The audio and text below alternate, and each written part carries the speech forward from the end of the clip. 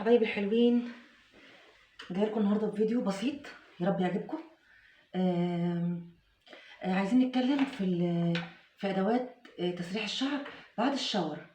طبعا يا جماعه احنا لما بناخد شاور شعرنا بيبقى طري جدا، معرض جدا ان هو يقع، معرض جدا ان هو يتكسر ويبقى تالف والكلام ده كله. طيب نعمل ايه بعد ما بنخرج من الشاور؟ بتنشفيه بنسبه 70 او 80% بحيث يبقى مندي. بتحطي نقطه ليف ان، نقطه السيرم بتاعتك، وبعدين بتبتدي تسلكي. طبعا ممنوع ممنوع ممنوع تسلكي بحاجه زي دي. ودي يا جماعه قذره بجد، مش عارفه اقول لك عليها وحشه، دي بجد قذره. هتسرحي بايه؟ اول ما تخرجي شعرك، اول ما تخرجي من الحمام هتسرحي بده. طبعا طبعا ممكن تشتري حاجه تانية يعني ولون تاني والكلام ده. بقصد ان انت هتسرحي بمشط واسع سنونه واسعه جدا، على قد ما تقدري وسعي. تمام. الاول هتسلكي. بعد كده ممكن عايزه تستعملي واحد اضيق سنه. بصوا اللي اضيق سنه قد ايه برضو، مش اضيق قوي برضو، بس وليه في شعرك طاقيه او حاجه او كده يعني. عايزه بعد كده تعملي مساج او اي حاجه، او انا جايبه الفرشه دي للمساج يعني بصراحه. دي لما شعري بينشف خالص يا جماعه واتاكد ان هو ناشف وماسك في فروه راسي، ممكن اعمل بقى مساج، اجيبه لقدام واجيبه لورا والكلام ده، وللجنب كده والجنب كده. انا بصراحه دي الادوات اللي انا بستخدمها فقط لشعري. وشعري الحمد لله ابتدى يتحسن من بعد ما فهمت وفهمت طبيعه الشعر وكده، وان هو لازم يتعامل معامله خاصه بصراحه.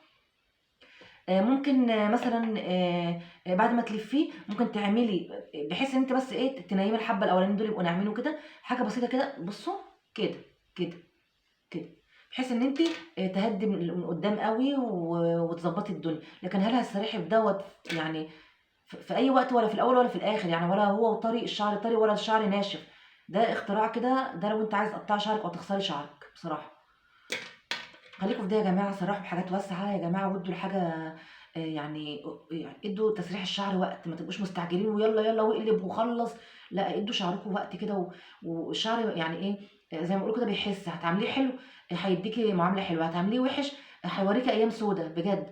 فانتوا يا جماعه بالراحه بدوت. وبعدين مثلا لو انت عايزه زي ما قلت لك تاني ده اخر كده الثلاثه دول، الاثنين دول لا لا لا يعني. دي كانت اشتهرت قوي قوي لا طبعا جبتها ما بستعملهاش. وده في فرش طبعا كتيره طبعا يا جماعه، اللي هي بتاعت الكيرلي والحاجات دي مشهوره، بس فعلا انا ما جربتهاش. انا بالنسبه لي شعري بحبه ليس عادي وكده يعني. فانا اخري الثلاث حاجات دول، الثلاث حاجات دول حلوين جدا معايا، مظبطين شعري، مظبطين حياتي كده، راضيه عنهم، هم راضيين عني خلاص كده.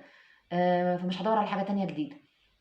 بس فيديو قصير قوي، يا رب يعجبكم. و اعملوا كومنت حلو وتعليق حلو، واعملوا لايك وعرفوني ان الفيديو وصل لكم.